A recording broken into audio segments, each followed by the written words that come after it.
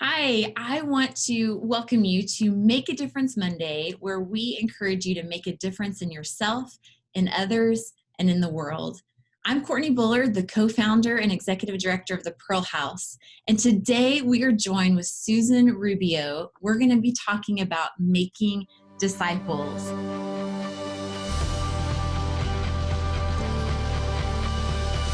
So, Susan, welcome. Thank you so much for being here today. Good morning. I love this. Will you tell us just a little bit about yourself? I am a gardener.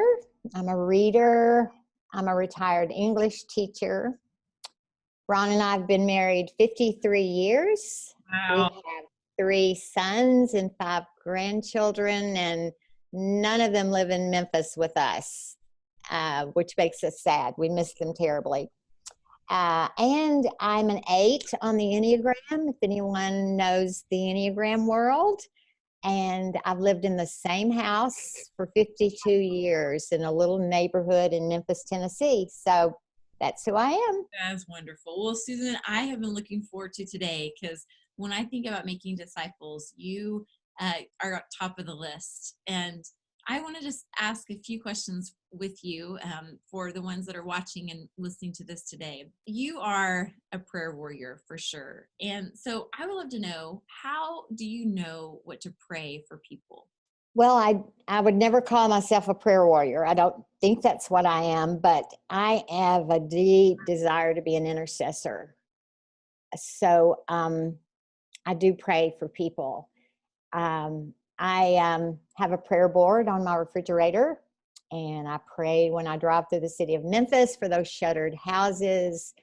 I'm older now, and my prayer life has changed so much over the years. I no longer have a long list of specifics. Frankly, I don't know what to pray for people. Often we don't know what to ask for ourselves, and because of our mobile society, we don't get to know people very well. We don't have long opportunities to engage people. So I don't have a way of really knowing about someone well enough to know how to pray for them.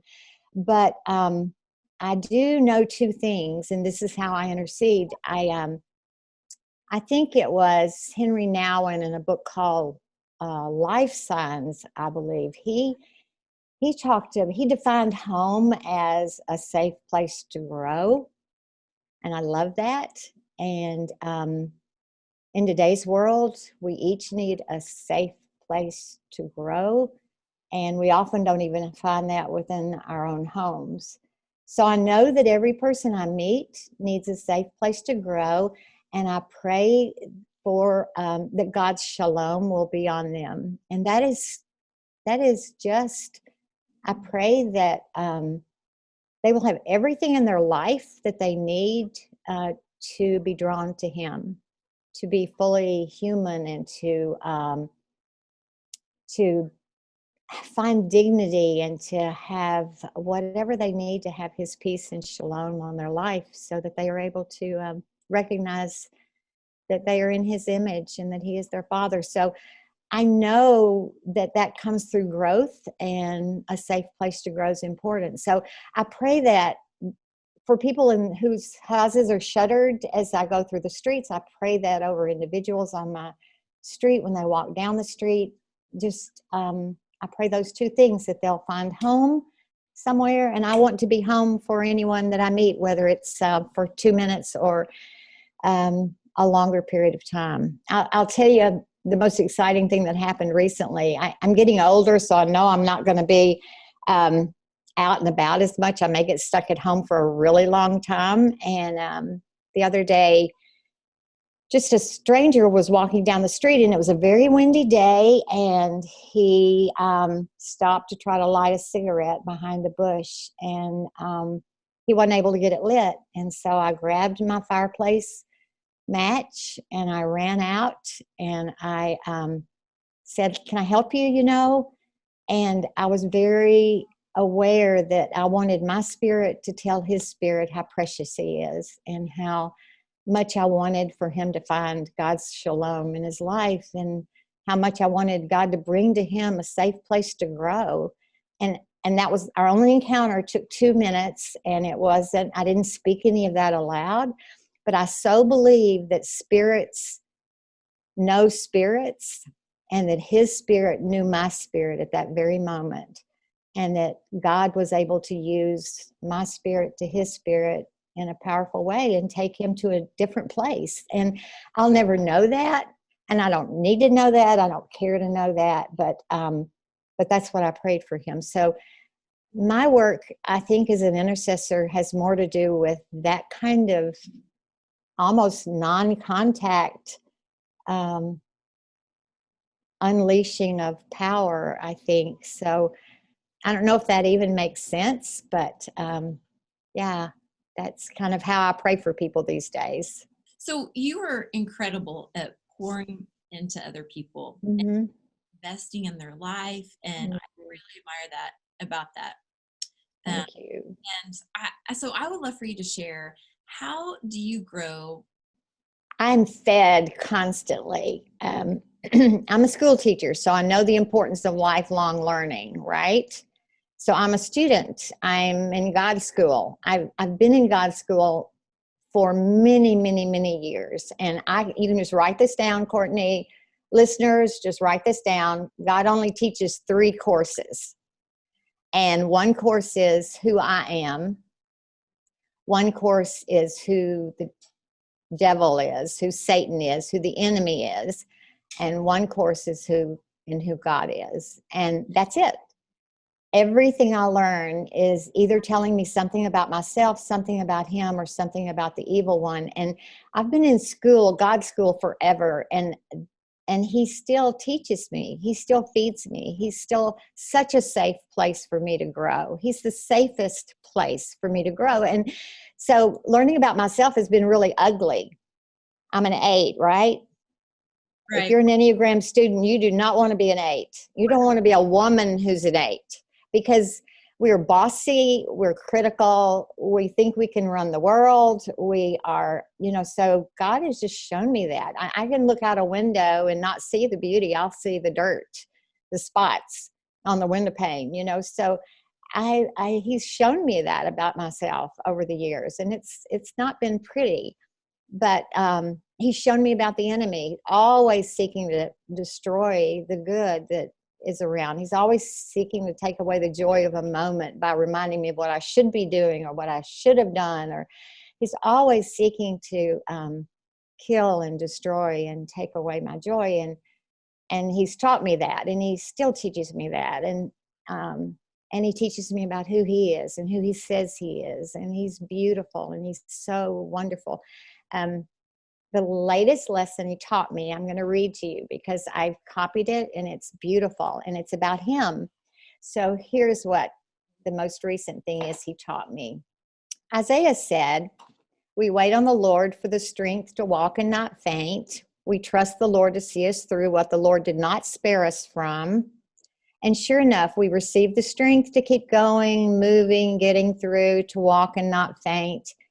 And if we do faint, if we do fall down, if we become so weary or sad or depleted that we faint and fall down, the Lord we've been waiting on will curl up next to us and lie down beside us until we're ready to get up and go again. That's how good the great God is. God is great way up there where the rain and stars are. And God is good way down here where the pain and scars are. I mean, I just learned that from the most, just never could have imagined where I learned it. But he taught me that. He reminded me of that. And in today's world, a lot of folks are depleted and sad and falling down. And he just reminds us that he doesn't say, get up and go. He lies down with us and waits until we're able to. And then he gives us the strength to get up. And that's who he is. So I'm fed by that. I'm grown by that. And so he feeds constantly. And if I'm have my eyes open and my ears open and I hear it, I'm growing constantly. So yeah, that's it's beautiful, isn't it? The other thing is I have a morning routine, and it's very important to me. It's just a few minutes every morning, but it really is where I get to start by God reminding me of all of this. You're in school today, so when you look at the fire, be listening for me, when you're watching your fireplace. When you walk through your garden, I'm trying to talk to you, so listen to me. If you and then I have a life verse that I've had actually put on a little thing here. It's my life verse from my Bible that I've had all of my life. And it's Isaiah 50, verse 4. And it has to do with awaken me morning by morning to listen as a disciple, so that I may know how to sustain the weary with a word. I mean, that's the purpose for which we grow. That's why he, I think, teaches us, is so that we can sustain the weary with a word. And so in the morning, every morning, he reminds me, you're in school today. It's going to be ugly. I'm going to show you some stuff, but I'm showing you so that you can sustain the weary with the world. It's a weary world, and everyone I meet is weary. So, I just, he feeds me, and I think daily. So I get the question a lot where, I share about that the Lord told me to do this or led me in this direction. I've had the question, well, how do you know it was God speaking to you? How do you know that? And I love for you to share, because you're very discerning. Like, you are in tune with the Lord and when he's speaking. And I'd love for you to share that. How do you know if it's God speaking? How do you discern that? Okay, well, I don't always know, but I'll tell you what, I'm surely better at knowing now than I was many years ago. So you just keep on listening. The enemy does an incredible imitation of God's voice. Wow. So I can't tell you, probably I'm 72 now, so probably 45 of those years, most of the time I spent thinking it was God's voice, and then he was saying, nope, that wasn't me, hon. Nope, sorry, that was the wrong direction. That was a mistake, because Satan does a good imitation. But anytime what I'm hearing aligns with who he is, and if I'm not sure and I run it past someone that I believe is walking as a disciple of God, and I can tell them and they can speak into it, and I have it confirmed for me, then I trust it and I act on it faithfully if I can make myself do that. And he always blesses. He either blesses with confirmation, or he blesses with teaching that it wasn't him, or something. But it's that knowing his voice. He says his people know his voice, and I believe we do. I believe part of training us as disciples is this. He trains us to hear him and to know his voice and discern the voice of the enemy. Satan, the enemy, still just tries to take me down the same way he always has, because my hardware, I'm always going to default to critical. I'm always going to default to my mouth being bigger than what I speak a little too quickly. So I'm always going to get in trouble that way. So, this enemy's going to always try to take me down that way. But the longer you live, the more you know about yourself. Now sometimes when he tries, I just look at him and say, you're not getting me that way, buddy. You're going to have to find a new route.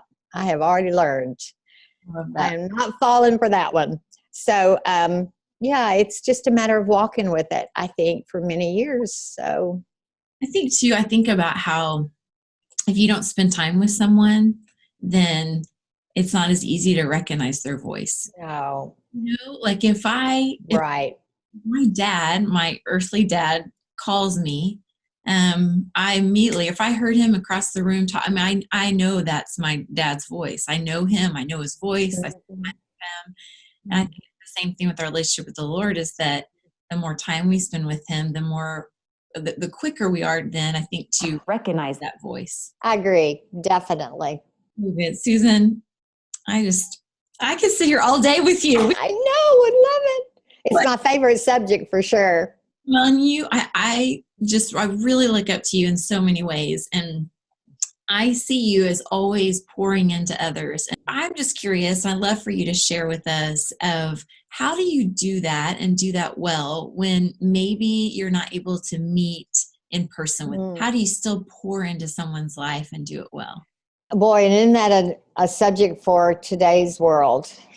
And it's not going anywhere. The world has just changed a little bit in the last year. So let me just say that time and space are limitations of the physical world. They're not limitations of the spiritual world. God doesn't, time and space, it's just geography.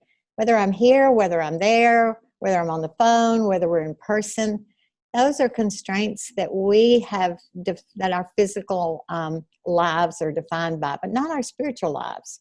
So how long does it take to speak into someone's life about the faithfulness of God?